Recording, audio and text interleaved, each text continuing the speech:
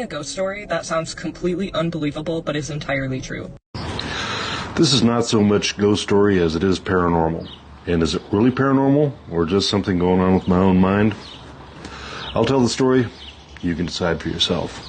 This goes back to when I was in my 20s, back in the early 1980s. And a bunch of us young, hard-working guys decided that we wanted to go out and have a party on Saturday night. Now, we were a pretty responsible group of guys, so we picked out ourselves a designated driver, and we set it up so that he'd take care of everything, and the rest of us were good to go. So we went down to our bar, and we proceeded to do just that. Well, pretty deep into the party, there was an emergency call came into the bar, and our designated driver had to leave. It was a serious emergency. I don't remember what, but there was no getting around it. So he had to leave, which left the rest of us in a pretty stuck position, because this was before there was Uber, and in this particularly rural town that I was in, there was no taxi service. So some of the guys were able to find their way home, me not so much. And I made a bad decision. I thought I could make it. Yeah, it was probably only a 3 to 5 mile drive from that bar to where I lived. Got in the car, started driving home, and sure enough, I passed out behind the wheel. And I was awakened shortly thereafter by the blaring of horns, and I mean very big horns, and I woke up and I am getting ready to dead center punch an 18-wheeler. Now, my hands were at about 10 and 2. My hands were probably about 1 and 3. I tried to turn the wheel to avoid the collision, and that steering wheel would not turn. And I looked down there, and in between my hands was another set of hands that were not mine.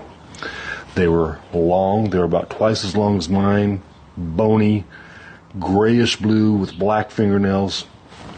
They looked like those Halloween gloves that you can buy at Spirit Halloween. They looked just exactly like that, but they were on that steering wheel.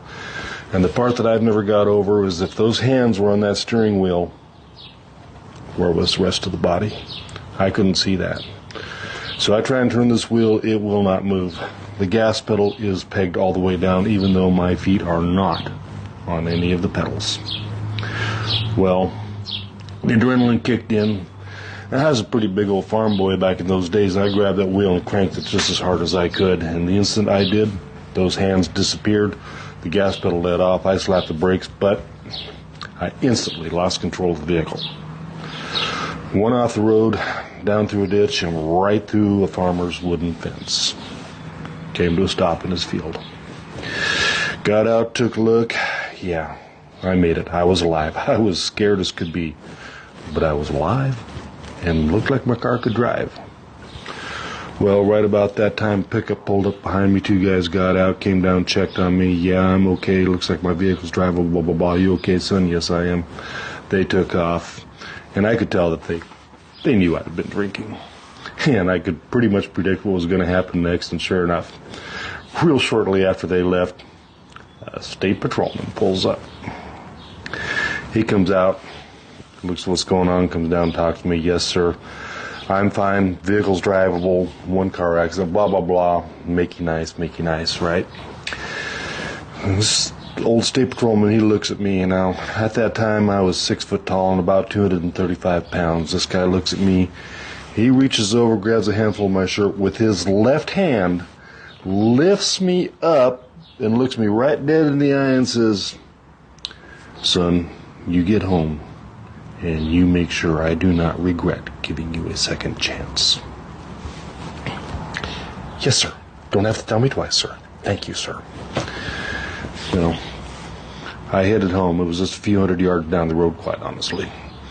Went in, dove in bed, got me a couple hours of very necessary sleep, woke up, choked down a couple of cups of instant coffee, grabbed the farm truck and all the tools I needed, and headed right back to where my car had gone to that fence. I was stopped up there on the road, on the embankment, ran down there, tore out the old broken boards, grabbed my rakes and shovels, fixed up his pasture as best I could, grabbed some boards, hammered them back in. Fortunately, everything was white. It was all whitewash, easily matched. I painted it up. I was working just as quietly and as quickly as I possibly could because I wanted to get out of there before the crack of dawn and before anybody knew what had happened. So I'm packing up the last of my tools into the truck, getting ready to leave, and I hear behind me the slow clap. I turn around and there sat the farmer on his porch. And yeah, old Betsy was leaning up against the wall right next to him. He looks at me and says, "I really appreciate you taking responsibility for that, young man. I'm glad I didn't have to look you up later." Yes, sir, I'm glad of that too. I looked down at him. What could I say? I said, "Well, sir, I am sorry for any inconveniences. Does this look good enough?" And he looks at me and says, "Yes, sir, that looks mighty fine. You have yourself a good morning." So I climbed back into my truck, headed home, and started my day. But that is the story of the very last time that I ever drove under the influence. Happy Hellboy. So I'm a little late to the game, but I've been really trying to work up the nerve to tell one of my many ghost stories, but I've been nervous about it because I do feel like these stories have power around them, and if I talk about it too much, weird stuff starts to happen. Buttercup is already here. She always knows when I'm gonna start talking about some weird shit. Let me just start off by saying I've always been very sensitive to like energy around me. I can always sense when there's spirits in a room or something like that. And like, if you don't believe me, that's fine. Most people are a little like wary about it, whatever. But it was very prominent when I was like preteen, like 11, 12, 13 years old. And I lived in this house, and the backyard was mostly woods. And I had my own room. And how the room was set up, like the door's here, and then along the wall there's two closets, like open door closets. You can see right through them. So bedroom door, first closet, second closet, and across from the second closet was my bed. So my bed, you could look directly into that closet, you could see into this closet, and then you could see the front door. I had a very uneasy feeling living there, like from the start. I was only there for a few years, but there was some weird stuff that happened. I won't go into too much detail, but the stuff that had been happening, it scared me so bad I started sleeping with the lights on.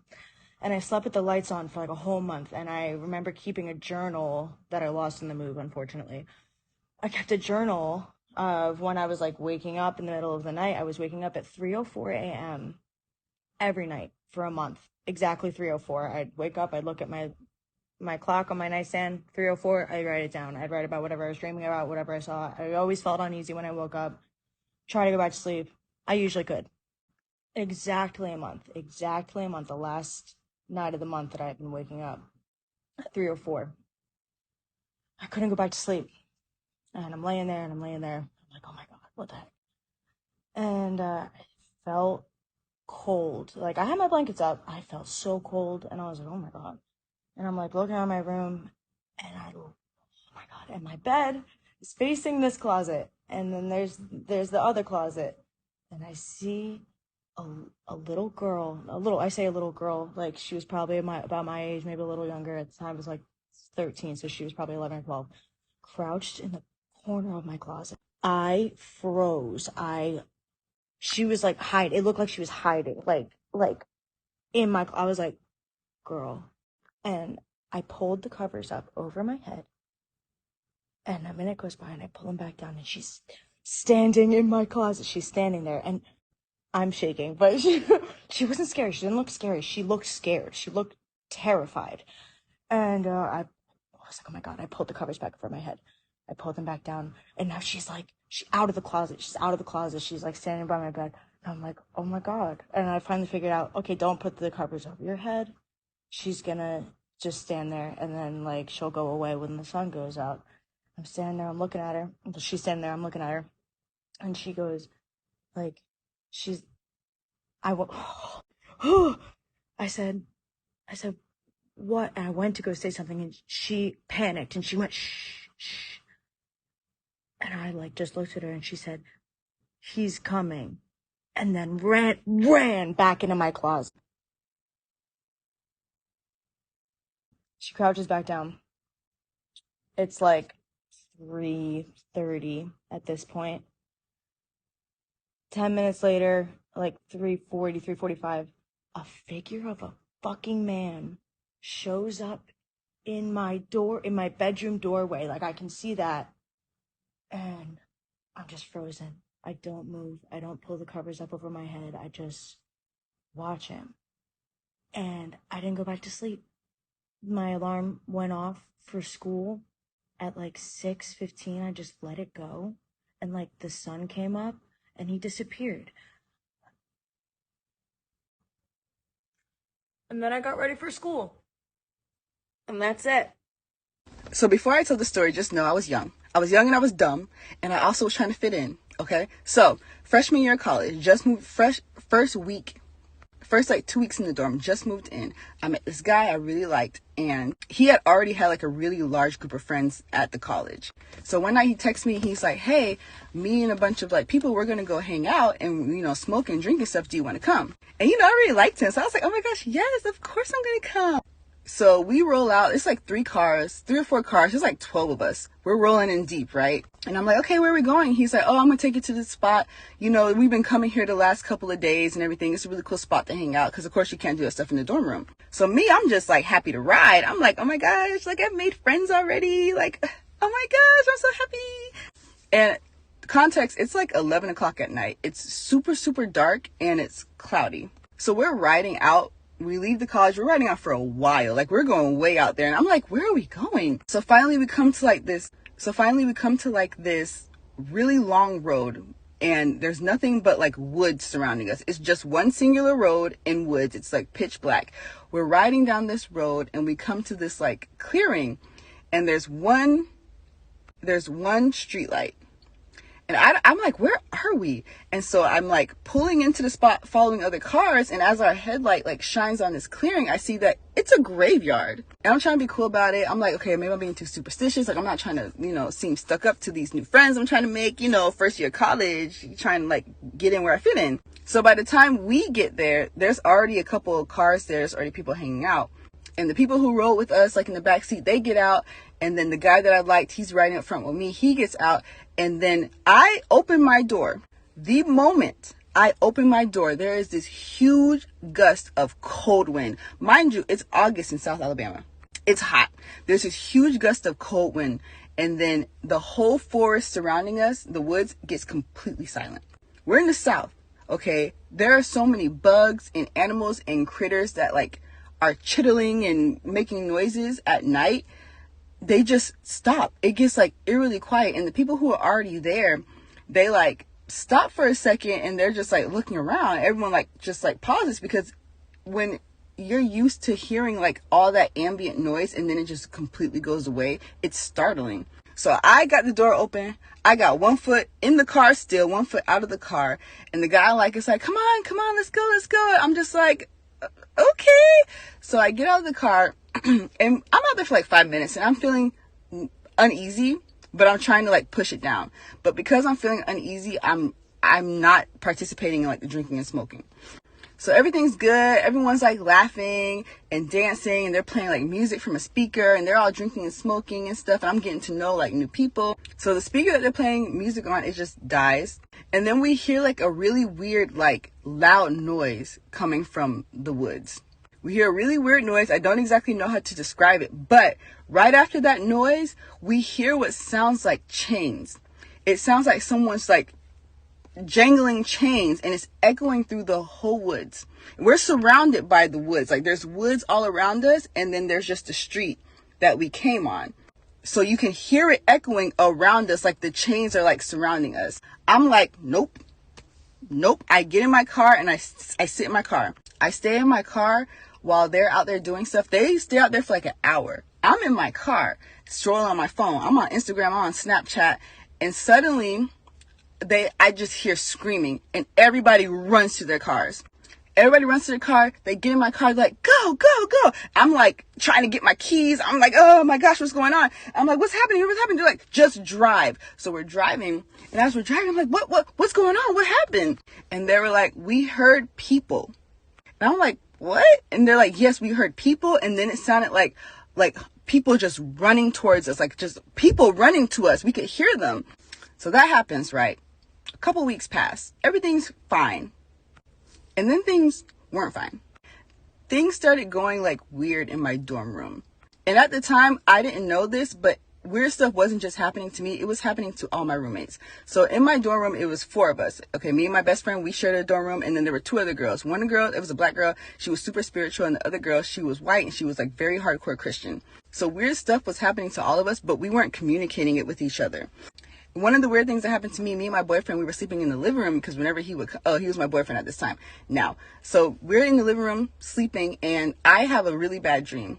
I like sit up because I'm about to get a sip of water and I look over to the corner and I see like this shadow, like this dark shadow just like glooming towards us. Like, I don't know how to describe where a head would be. It was like turned like that to us and we're sleeping like on the floor on like sleeping bags.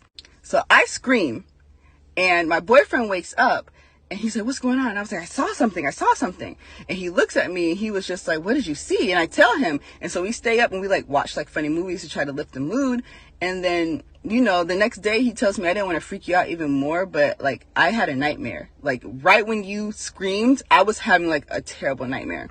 And he was like, I actually been having like nightmares every night I stay in your dorm room. And then he was like, I think I'm gonna sleep in my own dorm room for a while. So like he didn't sleep in my dorm room for like a couple of weeks after that happened. So things were happening. My best friend, she would be in the dorm room when I went to class and she'd be the only one in there because she had different schedules than the rest of us. And she said that the door, and our doors were heavy. These are really heavy doors. She said she would have the door closed and it would just swing open and then close again. Swing open, close again randomly. She got so scared that she ended up going to like she would go to the cafe when no one else was in the dorm room because she was so scared to be by herself in the dorm room. We had stuff on our walls. It wouldn't fall. It would be like thrown across the room. How does something hanging up on a wall, like our lights, like our little Christmas lights, it wouldn't just fall, thrown across the room. Lights would flicker. Cabinets would open. And one day, me and my best friend, we were like sitting there eating and we were talking about it. And the spiritual girl and her boyfriend, they walk in, they hear us talking about it. And they're like, weird stuff has been happening to you guys too? I'm like, yeah. And they tell us the stuff that's been happening. And then her boyfriend was like, yeah, one night we were out in the living room and she was asleep. And I look over and I see like this dark shadow. And I'm just like, I saw the exact same thing. So he gets oil. He starts anointing and praying over it. He's like, yeah, we got to get whatever's in here out of here. So he's praying. He's pulling out the works. Okay. He's blessing every room. He's putting crosses over every door.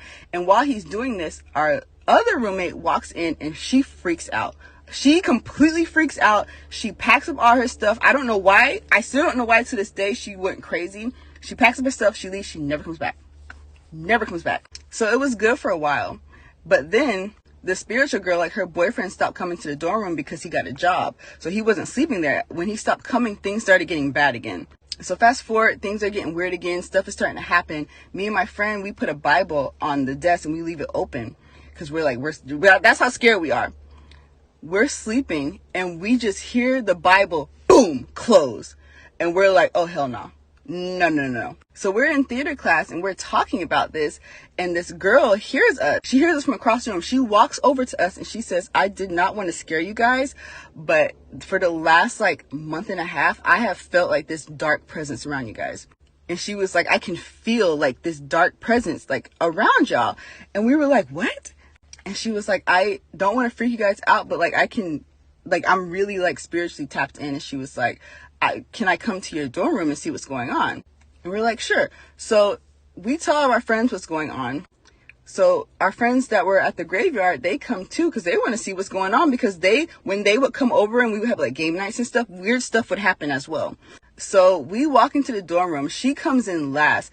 As soon as she comes in the room, like she steps over the threshold into the room, the lights flicker. Like, and I'm not talking about like, no, I'm like the lights are flickering, going crazy.